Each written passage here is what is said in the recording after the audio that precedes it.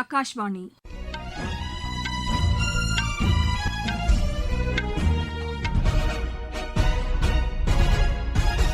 செய்திகள் வாசிப்பவர் லட்சுமி ராகவன். தலைப்புச் செய்திகள்: மேற்காசிய நிலவரம் தொடர்பாக விவாதிக்க புதுதில்லியில் இன்று அனைத்துக் கட்சிக் கூட்டத்திற்கு மத்திய அரசு அழைப்பு விடுத்துள்ளது. ஈரானின் சண்டை நிறுத்தம் மற்றும் அணு ஆயுத திட்டத்தை கைவிடுவதற்கு அமெரிக்கா 15 அம்ச திட்டத்தை அறிவித்துள்ளது. ரயில் டிக்கெட் முன்பதிவு முறைகேடுகளை தடுக்க உறுதியான நடவடிக்கைகள் எடுக்கப்பட்டுள்ளதாக ரயில்வே அமைச்சர் திரு அஸ்வினி வைஷ்ணவ் தெரிவித்துள்ளார். தேர்தல் பணிகளில் ஊடகவியலாளர்களின் பங்களிப்பு முக்கியமானது என்று தமிழக தலைமை தேர்தல் அதிகாரி திருமதி அர்ச்சனா பட்நாயக் கூறியுள்ளார். பார்வையற்றோருக்கான உலகக்கோப்பை ஜூடோ போட்டியில் இந்தியாவின் கோகிலா கௌஷிக்லேட் வெண்கலப் பதக்கம் வென்றார். இனி விரிவான செய்திகள். மேற்காசிய நிலவரம் தொடர்பாக விவாதிக்க புதுதில்லியில் இன்று அனைத்துக் கட்சிக் கூட்டத்திற்கு மத்திய அரசு அழைப்பு விடுத்துள்ளது. அமெரிக்கா, இஸ்ரேல் மற்றும் ஈரான் இடையே நடைபெற்று வரும் மோதலால் உலக அளவில் ஏற்பட்டுள்ள சிக்கல்கள் குறித்து விவாதிக்க இக்கூட்டத்திற்கு ஏற்பாடு செய்யப்பட்டுள்ளது. முன்னதாக மேற்காசிய நிலவரம் குறித்து பிரதமர் திரு நரேந்திர மோடி நேற்று மாநிலங்களவையிலும் நேற்று முன்தினம் மக்களவையிலும் உரை நிகழ்த்தினார். பிரதமர் திரு நரேந்திர மோடி தலைமையில் ஏற்கனவே ஆலோசனைக் கூட்டங்களும் நடைபெற்றன. இந்நிலையில் அனைத்துக் கட்சிகளின் ஆலோசனைகளையும் பெறும் வகையில் இன்று இக்கூட்டத்திற்கு ஏற்பாடு செய்யப்பட்டுள்ளதாக எமது செய்தியாளர் தெரிவிக்கிறார். ஈரானின் சண்டை நிறுத்தம் மற்றும் அணு ஆயுத திட்டத்தை கைவிடுவதற்கு அமெரிக்கா 15 அம்ச திட்டத்தை அறிவித்துள்ளது. இதனை வெளியிட்ட பின் செய்தியாளர்களிடம் பேசிய அமெரிக்க அதிபர் திரு டொனால்டு டிரம்ப் இதுகுறித்து பேசுவதற்கும் டெஹ்ரான் ஒப்புக் கொண்டுள்ளதாகவும் தெரிவித்துள்ளார். மத்தியஸ்தர் மூலம் அமெரிக்காவின் 15 அம்ச சண்டை நிறுத்த கோரிக்கை ஈரானுக்கு வழங்கப்பட்டதாக ஊடகங்கள் தெரிவித்துள்ளன. இரு நாடுகளுக்கும் இடையேயான பகைமையை முடிவுக்கு கொண்டுவரும் ஈரானின் அணுசக்தி திட்டங்களை கைவிடுவதற்கும் விரிவான கோரிக்கைகள் இதில் இடம்பெற்றிருப்பதாக கூறப்பட்டுள்ளது.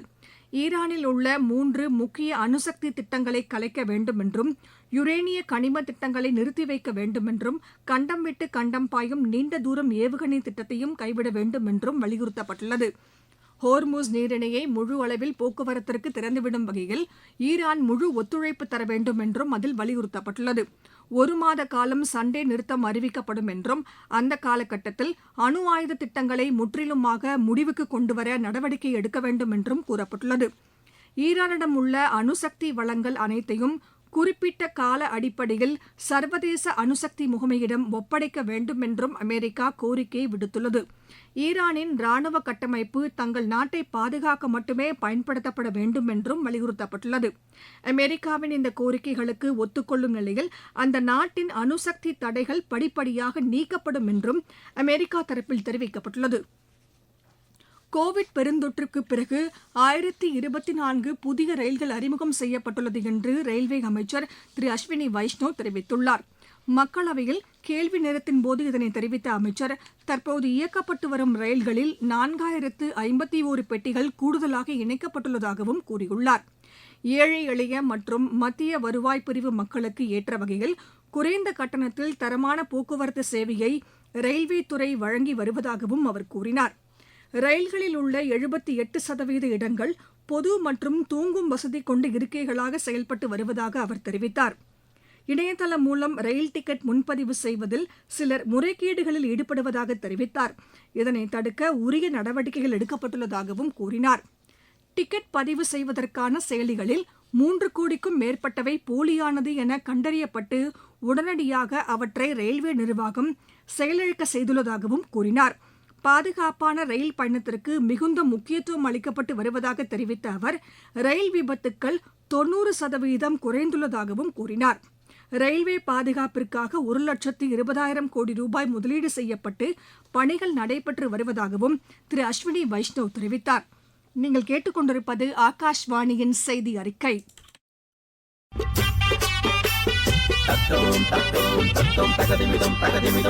வாக்காளரே வணக்கம், நீங்க வாக்களிச்சா நாடு செழிக்கும்.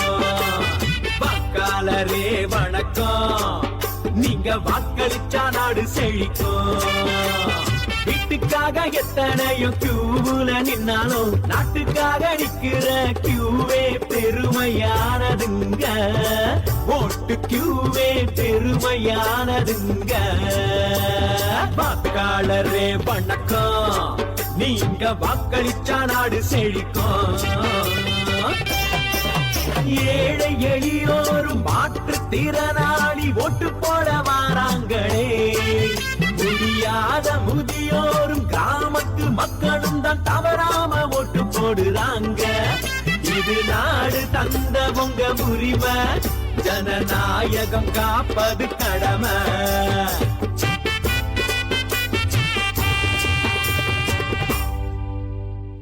தேர்தலில் 100% வாக்குப்பதிவை உறுதி செய்வதற்காக பல்வேறு நடவடிக்கைகள் எடுக்கப்பட்டு வருவதாக தமிழக தலைமை தேர்தல் அதிகாரி திருமதி அர்ச்சனா பட்நாயக் கூறியுள்ளார். இன்று சென்னையில் பத்திரிகை தகவல் அலுவலகம் தயாரித்த தேர்தல் குறித்த கையேட்டை வெளியிட்ட பின் செய்தியாளர்களிடம் பேசிய அவர், சென்னை போன்ற நகர்ப்புறங்களில் வாக்குப்பதிவு சதவீதத்தை அதிகரிப்பதற்காக பல்வேறு நடவடிக்கைகள் மேற்கொள்ளப்பட்டு வருவதாக கூறினார். ஊடகவியலாளர்களும் இதற்கு பங்களிக்க வேண்டும் என்றும் அவர் கேட்டுக் கொண்டார். அகில இந்திய வானொலி மற்றும் தூர்தர்ஷன் செய்திகள் நம்பிக்கைக்குரியதாக இருப்பதாகவும் அதற்கு தமது பாராட்டுக்களை தெரிவிப்பதாகவும் கூறினார். சமூக வலைதளங்களும் தேர்தல் ஆணையத்தால் கண்காணிக்கப்பட்டு வருவதாகவும் தேர்தல் நடத்தை நெறிமுறைகளை மீறுவோர் மீது உரிய நடவடிக்கை மேற்கொள்ளப்படும் என்றும் அவர் கூறினார். இது தொடர்பான புகார்களை அதற்கான கைபேசி செயலியில் தெரிவிக்குமாறும் அவர் கேட்டுக் கொண்டார். உரிய முறையில் அளிக்கப்படும் புகார்கள் மீது உடனுக்குடன் நடவடிக்கை எடுக்கப்பட்டு வருவதாகவும் திருமதி அர்ச்சனா பட்நாயக் தெரிவித்தார். தேர்தல் பணிகளில் ஊடகவியலாளர்கள் முக்கிய பங்கு வகிப்பதாக தலைமை தேர்தல் அதிகாரி திருமதி அர்ச்சனா பட்நாயக் கூறியுள்ளார். சட்டப்பேரவைத் தேர்தலை முன்னிட்டு பத்திரிகை தகவல் அலுவலகம் தயாரித்த தேர்தல் கையேட்டினை வெளியிட்டு அவர் பேசினார்.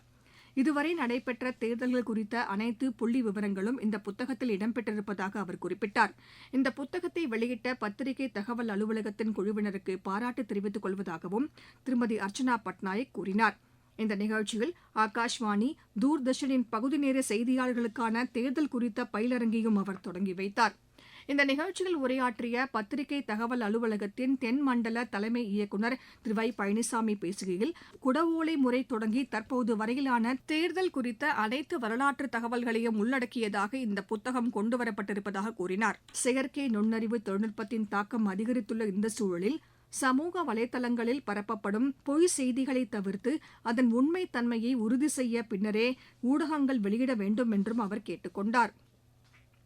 ஜம்மு காஷ்மீரில் அம்ரிட்சர் ஸ்ரீ மாதா வைஷ்ணோ தேவி கட்ரா இடையே இயக்கப்பட்டு வரும் வந்தே பாரத் எக்ஸ்பிரஸ் ரயில் குர்தாஸ்பூர் பட்டாலா வழியாக இயக்கப்படும் என்று வடக்கு ரயில்வே அறிவித்துள்ளது.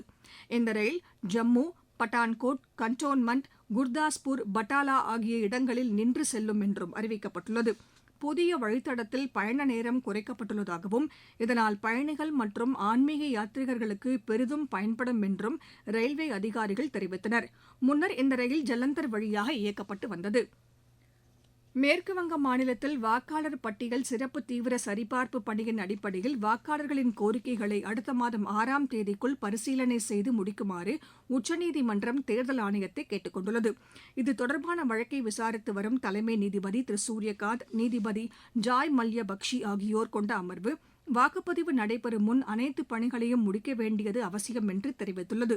வாக்காளர் பட்டியலில் மேற்கொள்ளப்படும் திருத்தப் பணிகள் தொடர்பான அறிக்கையை ஒவ்வொரு நாளும் உச்சநீதிமன்றத்தில் சமர்ப்பிக்கப்படும் என்று தேர்தல் ஆணையத்தின் தரப்பில் தெரிவிக்கப்பட்டது.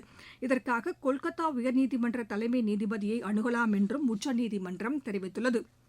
ஜம்மு காஷ்மீரில் திரிகுடாமலையில் அமைந்துள்ள ஸ்ரீ வைஷ்ணோ தேவி குகை கோவிலில் சைத்ர நவராத்திரி பண்டிகை நடைபெறுவதையொட்டி பக்தர்கள் கூட்டம் அதிகரித்துள்ளது. நாட்டின் பல பகுதிகளில் இருந்தும் பக்தர்கள் வந்த வண்ணம் உள்ளனர். இதுவரை 2,40,000க்கும் மேற்பட்ட பக்தர்கள் நவராத்திரி பண்டிகை தரிசனத்தை முடித்துள்ளனர். கோவிலுக்கு வரும் பக்தர்களை பாதுகாப்பாக அழைத்து செல்வதற்கான ஏற்பாடுகள் செய்யப்பட்டுள்ளன.